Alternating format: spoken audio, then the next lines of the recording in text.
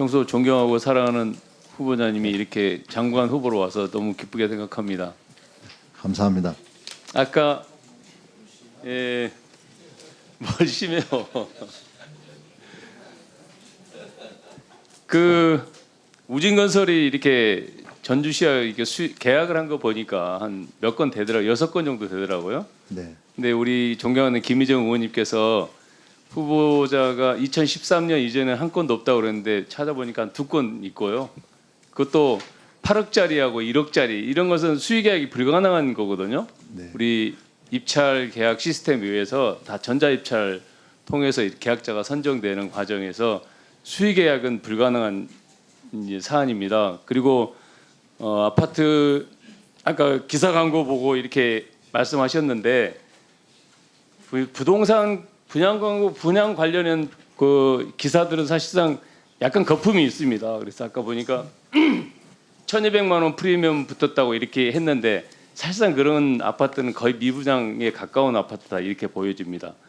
1,200만 원 프리미엄 붙은 아파트는 거의 없어요. 뭐 다 이렇게 분양이 되면 보통 아무리 지역이라도 3천에서 5천만 원 이렇게 프리미엄 붙는 게 사실입니다. 그래서 그건 또 사실과 다른 것 같고요. 그래서 하여튼 후보자님이 좀 그런 의혹 제기를 하면 명확하게 답변을 하세요. 워낙 기억이 오래돼가지고 약간 우물쭈물하니까 보시는 분들도 약간 오해할 소지도 있기 때문에 명확하게 그때 현물로 받았고 과거에는 그런 일이 많았잖아요. 공사대금 대신에 그 대물로 이렇게 안겼거든요. 공사업자들한테. 그래서 사실은 2012년이면 2012년 그때 가장 부동산 경기가 안 좋을 때입니다. 2008년에 금융위기가 우리 대한민국 사회를 덮치면서 부동산 경기 굉장히 안 좋을 때예요. 그래서 지방은 말할 것도 없이 서울 수도권도 부동산 경기가 안 좋을 때거든요. 그래서 그런 것들을 좀 정확하고 단호하게 이렇게 얘기를 해주시면 후보자를 보는 국민들 입장에서 이해하기 쉬울 거다. 저는 그렇게 말씀드리고요. 제가 한 가지 말씀드리고 싶은 것은 저는 뭐 후보자의 뭐 다른 문제를 검증하는 것은 사실 이렇게 흠이 없는 후보 찾기 어렵다. 저는 그렇게 봅니다. 너무 단순합니다. 이런 의혹들이. 그래서 저는 이제 몇 가지 정책적인 지들 좀 해보고 싶은데요. 용산 대통령 집들이 행사 아시잖아요. 네, 알고 있습니다. 근데 이제 국회에서 감사원에 감사를 의뢰해서 감사원에서 문제가 있는 것으로 이렇게 지적을 했습니다. 사실 국토부에서는 문제가 없다고 했는데 그 문제에 대해서 이제 문제가 있다고 하고 사실 배임으로 이렇게 뭐 처리를 하려는 그런 움직임이 있습니다. 네. 근데 실질적으로 이 문제의 가장 핵심적인 사람은 김용현 경호처장이었어요. 그 당시 김용현 경호처장이 하라면 해라. 그래서 이제 2억 5천을 LH에서 돼가지고 이게 진행된 행사인데 김용현 사실 감사원은 문제를 삼으려면 김용현을 문제를 삼아야 되는데 국토부라든가 LH 이 실무자들 문제 삼아서는 안 된다고 저는 그렇게 보거든요. 그 사람들이야 강압에 의해서 일한 죄밖에 없지 않습니까? 그래서 이 문제에 나중에 장관으로 취임하시면 반드시 다시 감사원에 문제 제기하셔서 바로 잡으시기를 좀 부탁을 드립니다. 그렇게 하시겠습니까? 네, 알겠습니다. 예. 예. 그다음에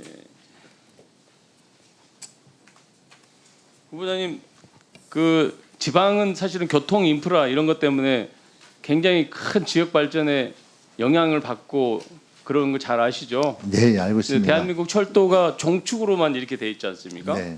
그래서 동서축의 철도가 없는 관계로 인해서 굉장히 지역 불균형을 초래했다는데 후보자님도 아마 동의하시죠? 지방 네. 출신이시니까. 네.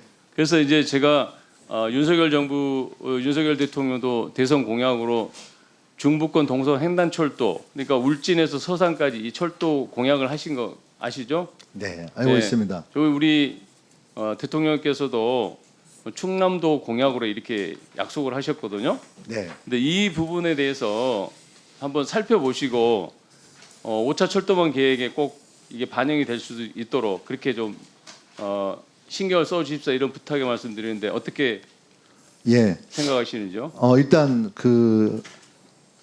지방에 있는 철도라든가 도로를 이 철도망에 반영하는데 가장 걸림돌은 그 BC 제도에 문제가 있다고 생각합니다. 그래서 이게 단순히 경제성만을 계속 고려해 나간다면 제가 볼 땐 좀 지역 균형 발전에 많이 역행하는 굉장히 중요한 요소라고 저는 보고 있습니다. 그래서 이 지역 균형 발전을 어떤 그 효과성을 지금 일부 늦게 돼 있는 거 아니겠습니까? 그래서 좀 더 이렇게 파격적으로 지방에 좀 더 어드밴티지가 될 수 있는 그런 시스템을 도입하도록 노력하겠고요. 다만 이게 이제 제발 어쨌든 저 장관님은 BC 가지고 얘기 안 하시고 좀 제발 그렇게 BC 가지고 계속 어떤 SOC 문제를 접근하시면 지역은 영원히 그 지역 소멸의 시대로 갈 수밖에 없다. 네. 이런 거 좀 명심 잘 하시잖아요, 누구보다. 예, 알고 예. 있습니다. 그래서 그런 문제는 좀 더 전향적으로 검토를 해야 된다. 이렇게 좀 판단을 해주시고요. 네. 그다음에 저희 이제 지역 충남도에 대한 얘기 잠깐 할게요. 저희 충청남도는 사실은 1차 공공기관 이전할 때 150 공공기관이 153개의 기관이 이전을 했습니다마는 우리 충남은 한 개도 오질 않았어요. 네. 그래서 그때 당시 다시 돌아가 보면 세종시가 있기 때문에 충남은 대상이 안 된다 이래가지고 차별을 받았는데요. 사실 세종시가 만들어짐으로 인해서 충남은 오히려 손해를 봤어요.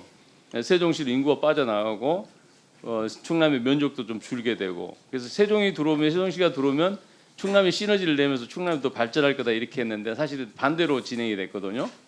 그래서 이제 거기다가 공공기관 이전에 대한 혜택도 없었고 그래서 대통령께서도 얼마 전에 말씀하셨는데 2차 공공기관 이전이 이제 시작될 거 아닙니까? 그러죠? 네. 아직 그 파악 못 하셨습니까? 일단 뭐 준비를 지금 해 가야 할 것 같은데요. 예, 예. 예. 그 2차 공공기관 이전이 되시면 1차 공공기관 이전에서 소외된 것 플러스 그다음에 이번에 저는 해수부가 우리 부산으로 가는 거 100% 동의합니다. 그래서 그렇지만 우리 또 충남, 대전, 수석실로 가서 네. 간사들하고 얘기해야 돼.